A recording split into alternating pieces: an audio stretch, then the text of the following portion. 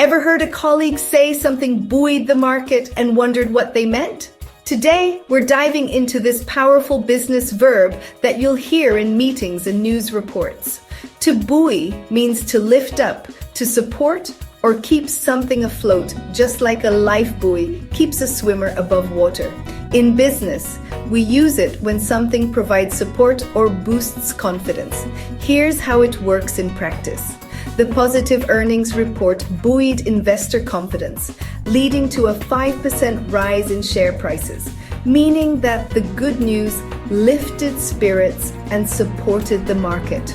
Or consider this, the CEO's announcement about new partnerships buoyed team morale during a challenging quarter, meaning that the exciting news provided emotional support when things were tough. You'll spot this word in financial news, company updates, and strategy discussions. It's particularly common when describing market reactions or team dynamics. Now, let's test your understanding. Fill in the blank. The successful product launch. Blank, the company's reputation in the industry. Is it A, buoyed, B, buried, or C, bothered?